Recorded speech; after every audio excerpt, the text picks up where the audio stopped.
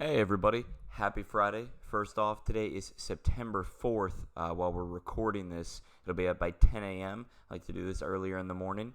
But welcome to another Hi5 edition of the DH podcast. But today we got six. Everybody that's been tuning in knows exactly what I do on Fridays. But I got another one because we're getting towards next week. We are literally less than 1 week. We are 6 days away from the NFL season. And we are about a week and a half away from the college football season. So, things are slowly creeping in. This isn't a number at all. It's a Big Ten update. They're voting today. They're voting this morning on the possibility of having a season. And what's going to happen is you have most teams kicking off September 12th. September 13th, somewhere around there. I forget exactly what day it is. But then the Big Ten kickoff would be somewhere around mid-October. So they're also planning to be a part of the college football playoff. I really don't know how that's physically possible. I truly don't. Unless they're okay with squeezing in, a game every 6 days. And if so, then they're okay with TV ratings getting hurt because they're going to end up having to play Michigan week 4. Or Ohio State and Michigan will play each other week 4. And Michigan State and Michigan will play each other in week 7. All these things are just like weirdly timed out. And I'm going to skip number 1 because now that we're on college football, I'm going to go down to number 2. I'm going to come back, though. First one, Dabo Swinney will never shut up. I think that's just him, though. But I can't blame him. He's the head coach of one of the most prolific college football programs we have. So, as much as I want to slander the man, it's kind of difficult with his continued success. So, Dabo's being Dabo, and he's saying, hey, you know what? I want both the Pac-12 and the Big Ten to come back. That'd be great. It'd be putting a better product on the field, all that stuff. He's saying all the right things, and then he's like, well, I still don't know if we should be letting them into the college football playoff because he's worried about if we let these guys start literally a month later than SEC, Big 12, ACC / Notre Dame, then at that point in time, what are we going to have to wait for? Because you can only take out 2 bye weeks, so that only cuts 2 weeks down. So are you asking for people to push back the college football playoff 2 weeks? Let's see, without shortening the season and playing multiple games a week, then that's their only option. Really is. Because everybody's going down to a shorter schedule. So that's what they got to be worried about. He makes a valid point, but at the same time, I feel like while they are getting it at the last second, they wouldn't be doing this if they couldn't make the college football playoff. The Big Ten, Pac-12 has 0 contenders whatsoever. And I don't care what you think. I don't care who you're a fan of. I'm sorry. They got no chance. I'm a Texas fan. 0 chance of a playoff. Oklahoma is the only one that typically can carry us. And then West Virginia always looks good, and then they shit the bed at the end of the season. Typical. You know your role. And when it comes to the Big Ten, you only have 2 programs that have a shot. And especially now with strength of schedule. Typically, you might think I'd say Wisconsin. I'd say Michigan, Ohio State. Michigan has not shown the ability to do so yet, by far. But they're playing each other, whereas Wisconsin won't play either of those teams. So strength of schedule for Wisconsin this season, through the floor. I wouldn't expect them to have a chance at all. So that's one thing that I always like to focus on is like, what is the end game for these people? End game, playoffs. Can they get there, though? Of course, every coach is like, the goal season, get to the playoffs, win the championship, bring a championship back home for this university that's given us so much over this time. Been good to me, been good to my family. I couldn't tell if that was like if Coach O actually learned how to talk or not. And that's one thing that Dabo's trying to point out. So I get it. He's just being a little crass. So take it as it is. Moving back up to number 1, John Morant wins Rookie of the Year. Comes in first, landslide. There was only one person out of 100 that did not give him a first place vote. And of course, he loves that because we got the chip back on the shoulder. I think it was a mix of being able to carry his team to the play-in games, and especially during the end of the regular season, knocking the Pelicans off that that 8th seed, kind of 8 seed, 9 seed tie that they had going, taking them down, giving Portland a run for the money in the play-in. It was huge. It was huge for him. And that's one thing that easily propelled him, besides everybody thinking it was unanimous before the season shut off as well. So I'm happy for Ja. I mean, I've written blogs about how I'm a huge Ja Morant stan. I came in with the idea, and you could see the dates, you could see the times. I am a Ja Morant stan through and through. I love watching Zion Williamson play. I think it's more of I was worried about longevity, whereas Ja Morant had no longevity issues whatsoever. The only issue that Ja Morant was coming from was that his college had no competition. Murray State doesn't give you enough competition to be able to prepare for the NBA. But talent shines through, and clearly see it right here. So I'm incredibly happy for Ja. Zion, though, did not even come in second. He came in third. Kendrick Nunn from the Heat came in second. Love to see it. Love to see it. Just a little right. And who knows? Maybe when you get a healthy full season out of Zion, it's going to be absolutely ballistic assault on every rim in the country. And frankly, I'd love to see it. So, I mean, the better these guys get, it's better for the league. Really is. Continuing to bring in incredible talent, not having to worry about, I feel like the NBA has a lot lower percentage of busts in the first round than most leagues. MLB is the highest because, you have hundreds of rounds, and it seems nobody pays attention to it. NFL players seem to have a little bit more difficulty acclimating to the NFL landscape from college. It seems like if somebody were to come out of Murray State for football, it would have been more difficult to acclimate to that pro style than it would have been for Ja to come in the NBA. I don't know what that's a mix of, because I'm clearly missing some pieces to the puzzle here. Whether it's leadership that's on the already existing team, or leadership as in management, I don't know. Regardless, it's huge. And getting to see new talent continually cycling in is what will keep the league fresh, will keep it growing, and will keep it alive.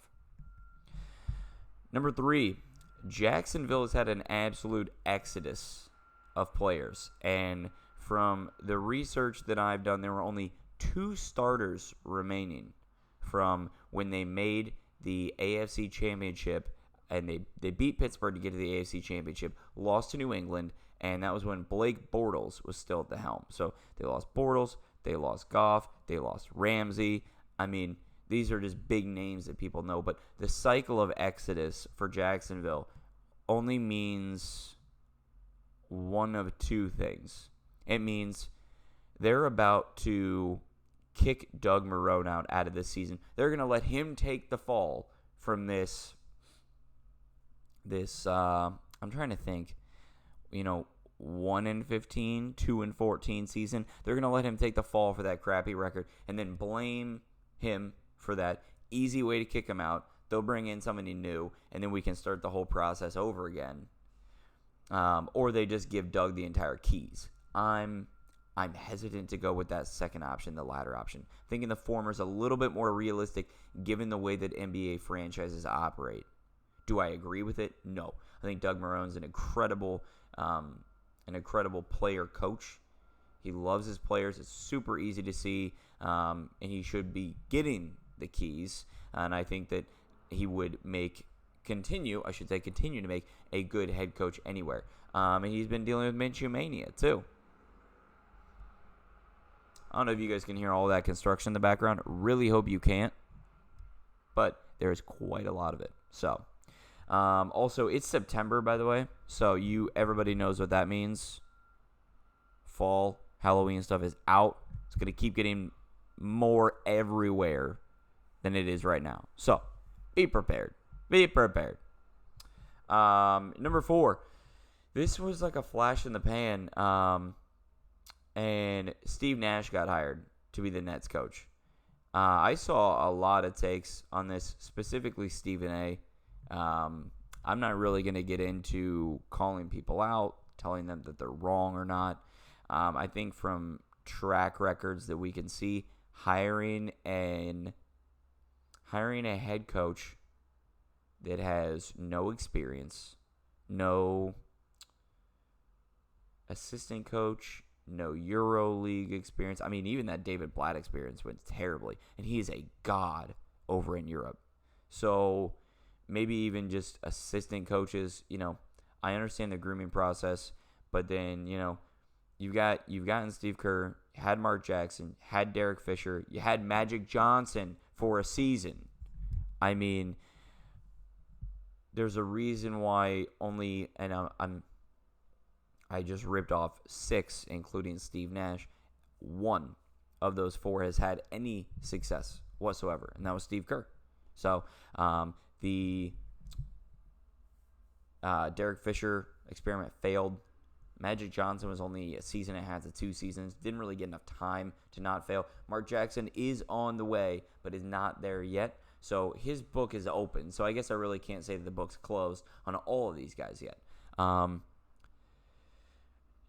Steve Nash has shown to be an incredible person on the court and off the court. We're not just going to put him in a box, call him one of the most prolific passers, one of the most prolific ball handlers we will ever see on the court. And I think that's putting him in a box. So we can't be doing that. But at the same point in time, I want to know how much say the players had in this. Because I think that that's where my real turning point is. If the leadership came to Kyrie and Durant and said, hey, we want to hire Steve Nash. We want you guys to get to know him a little bit, and I want your honest opinions. Because you're going to have to work with him a lot more than I will.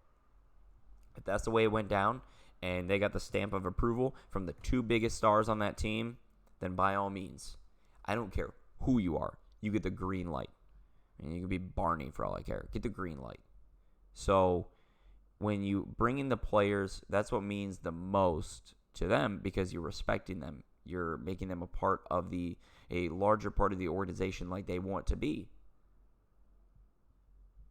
Obviously, I hope the Nash experiment works out. Better teams in the league. They are going to be a huge playoff predicted team. In the sense that they came very underwhelming with 2 injuries in Kyrie and KD. So what are they going to do now? I mean, they want to make sure that they can have a deep playoff run, and they need somebody that has the glue ability in the huddle, and they think Steve Nash can do it. So it's going to be fun to watch. That was number 4. Number 5, contracts. Ryan Kelly for the Colts, Ohio boy, Cincinnati boy, was given 4 years, $50 million. I think it was like 35, 36, somewhere in that ballpark, guaranteed 4-year contract. He's now the highest paid center in NFL history. It's incredible. Pretty much, I've always compared, and I've gotten a lot of pushback on this one. I've always compared the center in football to like the catcher in baseball. Obviously, a lot less physical contact, but again, I've been up for hours, and this hasn't happened yet today. But the minute I turn this damn camera on, he wants to put on a show. Just rude, frankly. I've always compared the 2 of them because they seem to take a leadership role that people often overlook. Obviously, a lot less contact for the catcher, but you get my point. They can dictate a game and their cohesion with their counterparts, a pitcher to catcher, a center to quarterback, their cohesion, their camaraderie, their cohesiveness, I think I already said that one, yeah, is pivotal to the success of the team. All right, thanks, Mr. Light, for being an absolute dickhead. That was annoying. Okay, and then to continue on the contracts, the Seahawks are working up a contract to re-sign Josh Gordon. Josh Gordon has had only 1 re-signing in his entire career. He's been playing since 2015, folks. And that was with the Browns in 2018 for about $750,000. Super low. It was just to bring him back on because after multiple suspensions, he hadn't proven himself. That again proved to be the case when the Browns dropped him, and he received $0 of that re-signing money. He immediately went to New England after that. So we see him in New England, and now we see him in Seattle. So Seattle likes him. They're okay to roll the dice on him again. It will be a one-year deal. It will most likely be under $10 million. I would say probably in the ballpark of 2 to 3 if we're going to go that way. So that's what's important. They think that he has the skill and the talent, and if they can keep him healthy off the field, then he will stay extremely healthy on the field. Because even during these lapses of judgment for Josh Gordon, you can't argue with the numbers that he's putting up in a short amount of time that he's one of the best wide receivers that we've seen in years and years and years, because he's able to do so much with so little. I mean, he had Josh McCown and him setting records of passing and touchdowns in Browns history in a season, and he only played 13 out of the 16 games. Take that into account. That's one thing that's super important, because he could do a lot with a little. Seahawks believe in him. The Seahawks have a reputable organization. They have one of the greatest coaches we've seen, and probably the best coach to have made the switch from college to pros. Really rare we see that happen. One of the best quarterbacks that is on the field right now in Russell Wilson, and he has other support staff like DK Metcalf to help him out, because he's not the only option. He was the only option, essentially, with the Browns. He was not the only option with the Patriots. He was their only deep threat with the Patriots. But when he moved into Seattle, DK Metcalf can do all that. He can be your deep threat. He can do your cut routes. He can do it all. So having somebody that can take a little bit of the load off, make the job a little easier, will really help team chemistry. And the experiment's already worked. So the experiment has worked so far. And that's one thing that's important. All right. My number 6, as always on Fridays, watch some sports, people. Watch some sports. You all are incredible. I greatly appreciate you tuning in to another edition of the Hi5 series. It's Friday. It's Friday. Crack a cold one. Relax. People have Monday off. I do not have Monday off. I'm still doing this on Monday morning. I will see you bright and early on Monday, or anytime on Monday when you roll the hell out of bed. Please, when you subscribe, you'll get a notification every Monday, Wednesday, Friday morning. When I post a new video, you'll see it. It's going to fly up there in about 20 minutes. The quicker it takes to process, the better it is for me. And we're out. Take care, everybody.